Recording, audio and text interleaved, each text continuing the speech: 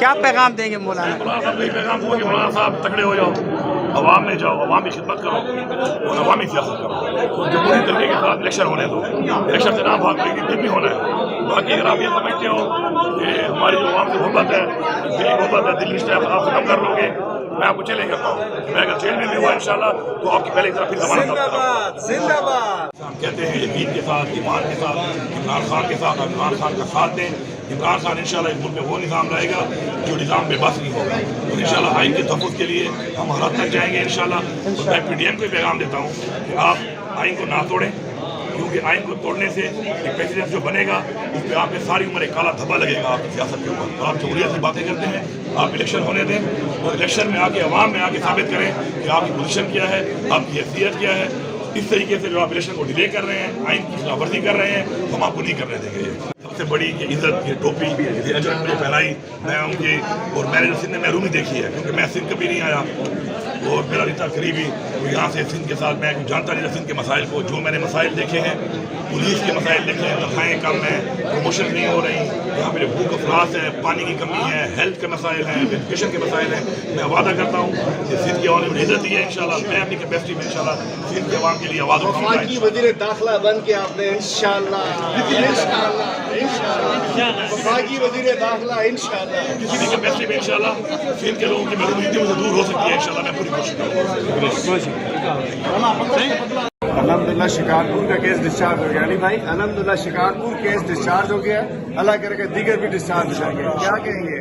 آپ یہی کہوں گا انشاءاللہ، میں عدلیہ میں پورا اعتماد ہے انشاءاللہ، اور ہم ڈٹے ہوئے ہیں انشاءاللہ، اپنا جو مقصد ہے، مشن ہے، اس کے اوپر ہمیں پورا یقین ہے کہ عدلیہ سے ہمیں انصاف ملے گا، جلد سے جلد الیکشن ہوں گے انشاءاللہ، عمران خان بہت جلد 2 دہائی سے انشاءاللہ کھول جائیں گے، وزیر اعظم پاکستان بنیں گے انشاءاللہ۔ انشاءاللہ مبارک ہو سب کو، علی امین بھائی کا شکارپور کے ڈسچارج ہو گیا، انشاءاللہ دیگر بھی ڈسچارج ہو جائیں گے۔ بہت مبارک ہو سب کو، ماشاءاللہ ماشاءاللہ۔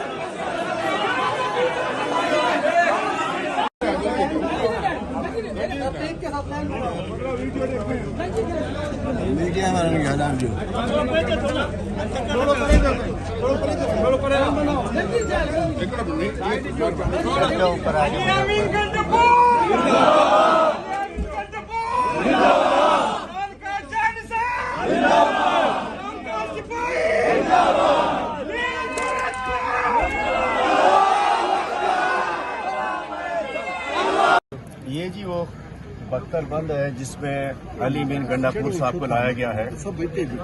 میں کہنا چاہتا ہوں کہ یہ کیا نفرت کے بیج بوئے جا رہے ہیں، یہ نفرت پیدا کی جا رہی ہے۔ بھٹو صاحب نے قریب کیا تھا پورے پاکستان کو، لاہور سے اپنی کیمپین سٹارٹ کی تھی، اور اس وقت جو پیپلز پارٹی کی لیڈرشپ ہے وہ پورے پاکستان میں نفرت کے بیج بو رہی ہے۔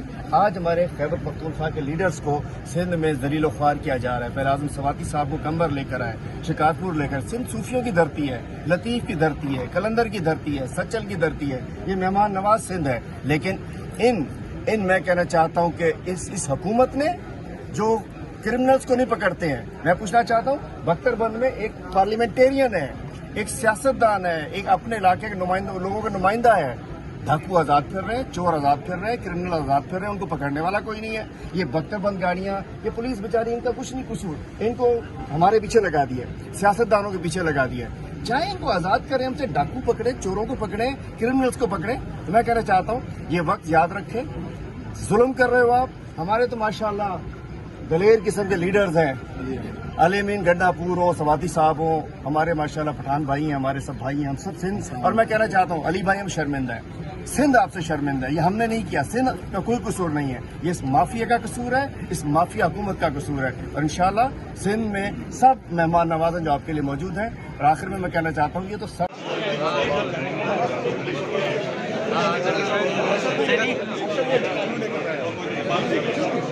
اللہ انشاءاللہ